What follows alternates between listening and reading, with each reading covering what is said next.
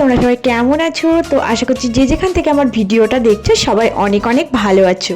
আমি তোমাদের সাথে আমার পার্লারের দুটো কাজ শেয়ার করব।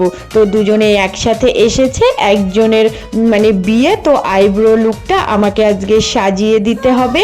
কাস্টমার যার চুলটা আমাকে স্ট্রেট করিয়ে দিতে হবে, তো টেম্পোরারি যে স্ট্রেটগুলো হয় ওই স্ট্রেটগুলোই আজকে আমি করিয়ে দেব। কারণ বিয়ে বাড়িতে যাবে, হাতে যেহেতু সময় নেই, তো বলেছে যে চুলটাকে মোটামুটি তুমি টেম্পোরারি যে স্ট্রেটটা হয় ওইটা করিয়ে দেবে। টেম্পোরারি স্ট্রেটটা করলেও কিন্তু খুব সুন্দর মানে রেজাল্ট আসে। ওটা কিন্তু একদিনের জন্য বেশ ভালো, মানে চুলটা গ্লেজি হয়ে যায়, সিল্কি সফট, একদম পুরো স্ট্রেট হয়ে যায়। তো এটা যতক্ষণ জল না দেবে ততক্ষণ কিন্তু খুব সুন্দর থাকবে। তো এটা বিয়ে বাড়ির লুক করবে, তার জন্য আমাকে বলেছিল যে চুলটা আমি খোলাই রাখবো, তুমি জাস্ট আমাকে একটু স্ট্রেটটা করে দিও। তো ফার্স্টে আমি এই কাজটা করে দিলাম আর কি। আর আমি এই কোণেটাকে আইব্রো লুকটা সাজানোর জন্য রেডি করব। তো তার আগে কিন্তু এই চুলটাকে আমাকে একটা হেয়ার স্পা করিয়ে দিতে হবে। একটা হেয়ার স্পা নেব বলেছিল, আর চুলটা ভীষণ ড্যামেজ ছিল, তো ওই জন্য আমি আগে ফার্স্ট হেয়ার স্পাটা করে নিই। তো হেয়ার স্পা ট্রিটমেন্টটা ওকে আমি করিয়ে দেব, কারণ এর চুলটা খুবই কিন্তু রাফ ছিল। তো ওই জন্য একটা হেয়ার স্পা আগে করিয়ে দিচ্ছি, তারপরে আমি সাজানোর লুকটা স্টার্ট করব।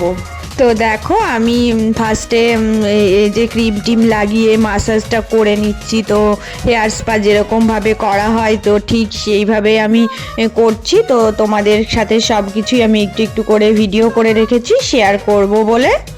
তো ক্রিমটা লাগিয়ে আমি মাসাজটা করে নিয়েছি। করে নেওয়ার পরে এবার এই মেশিনটাতে আমাকে স্টিম দিয়ে রাখতে হবে। তো মেশিনটাতে আমি 10 মিনিট স্টিম দিয়ে রাখবো। রাখার পরে 20 মিনিট বসিয়ে রাখতে হয়। তো বসিয়ে রেখে তারপরে আমি চুলটাকে ওয়াশ করিয়ে দেব। তো প্রথমে একটা হেয়ার স্পা নিয়ে নিলে ভীষণ ভালো হলো, কারণ হচ্ছে চুলটা ভীষণই রাফ ছিল। চুলটা এতটাই মানে খারাপ কি বলবো। তো নিজে থেকেই বললো যে আমাকে একটা হেয়ার স্পাকে করিয়ে দাও, তারপরে তুমি আমাকে সাজিয়ে দিও। হেয়ার স্পাটা কমপ্লিট করে নেওয়ার পরে ফার্স্টে আমি কিন্তু একে এক শাড়িটা পরিয়ে দিলাম। তো হলুদ রঙের একটা শাড়ি নিয়ে এসেছিল, তো শাড়িটা আমি সুন্দর করে আগে ড্রপিংটা করে নিলাম। তো শাড়ি ড্রপিং করার পরে আমি মেকআপটা করে দেব।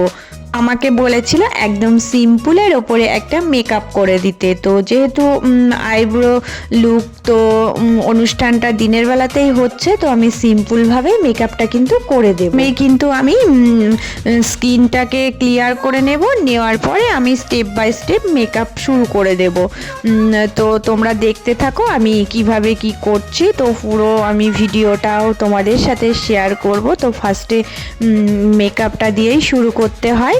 মেকআপটা করার পরে তারপরে হেয়ারে মানে হাত দিয়ে আর কি হেয়ার স্টাইলটা শুরু করি। তো মেকআপটা কমপ্লিট করার পরে ছোট্টর ওপরে একটা কলকা করে দিয়েছিলাম। তো ব্রাইডেরও পছন্দ ছিল, বলেছিল আমাকে একটা ছোট্ট করে কলকা করে দিও তুমি।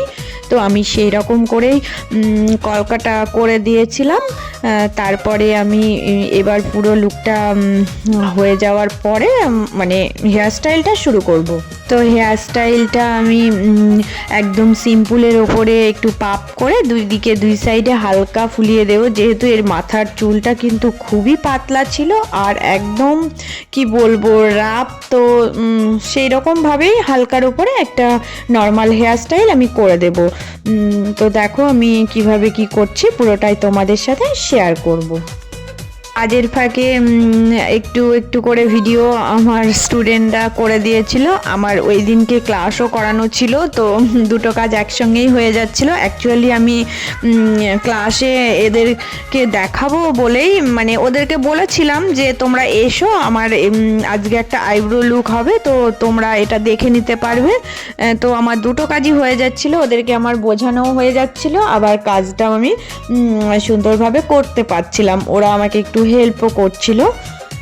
ব্রাইডকে আমি রেডি করে দিয়েছি, কিন্তু এর জুয়েলারিগুলো তখনও এসে পৌঁছায়নি আর কি। বললো যে এখনও এসে পৌঁছায়নি, তো আসতে একটু সময় লাগবে, তুমি আমাকে মেকআপ থেকে শুরু করে পুরোটা কমপ্লিট করে দাও, আমি জুয়েলারিগুলো বাড়িতে গিয়ে পরে নেব।